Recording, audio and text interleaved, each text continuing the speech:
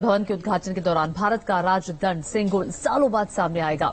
इसके बारे में जानकारी देते हुए गृह मंत्री अमित शाह ने बताया कि सेंगोल की बरसों पुरानी परंपरा को एक बार फिर जीवित करने का सरकार ने फैसला लिया है।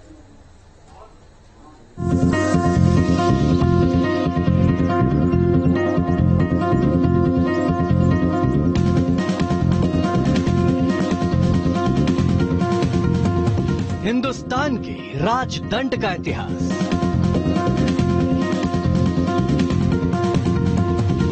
सत्ता के साथ ही सेंगोल की कहानी।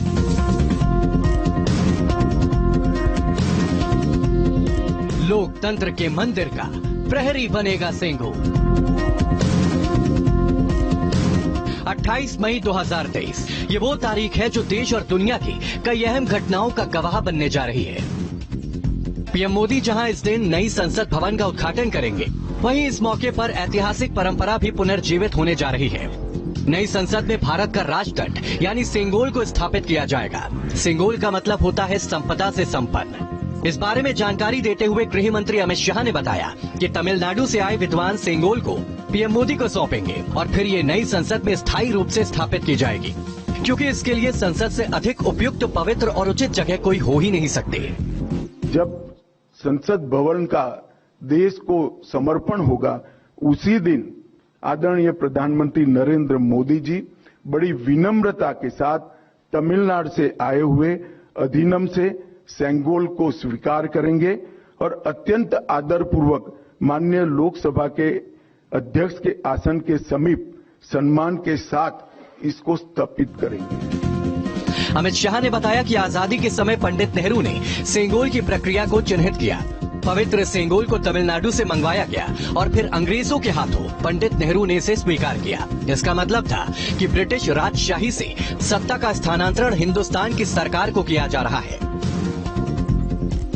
सत्ता के हस्तांतरण की प्रक्रिया का एक सटीक इतिहास रेखांकित कर इस सेंगोल की प्रक्रिया को चिन्हित किया और पंडित नेहरू को बताया कि हमारे यहाँ हमारी परंपरा में इस सेंगोल के माध्यम से सत्ता के हस्तांतरण की प्रक्रिया को अधिकृत किया गया है और इस प्रकार ये प्रक्रिया तय हुई और पंडित नेहरू ने पवित्र सेंगोल को तमिलनाडु के अधिनियम से स्वीकार कर अंग्रेजों से भारतीयों के हाथ में सत्ता के हस्तांतरण को आकार दिया। सेंगोल का इतिहास चोल साम्राज्य से जुड़ा है। ये राजदंड जिसके पास होता है, उससे निष्पक्ष और न्यायपूर्ण शासन की उम्मीद की जाती है। क्या आपको पता है कि उसका स्थान कहां पे होगा? वही सेंगोल जो है इसी जो नया संसद भवन है इसमें रखा जाएगा, जो कि स्पीकर होंगे। स्पीकर के बिल्कुल पास में ही उसको रखा जाएगा, उसे स्थापित किया जाएगा। एक तरह से प्रतीक माना जाता है सेंगोल को, और सेंगोल की को एक पारंपरिक तरीके से बाकायदा उसको स्थानांतरित ला करके यहां पर रखा जाएगा। 1947 में सेंगोल के जरिए सत्ता हस्तांतरण के वक्त तमिलनाडु के पुजारियों ने पूरा धार्मिक अनुष्ठान किया था। हालांकि आजादी के बाद इसे भुला दिया गया। अब मोदी सरकार के वक्त हजारों साल पुरानी परंपरा का प्रतीक फिर से जीवंत होने जा रहा है। Team news nation.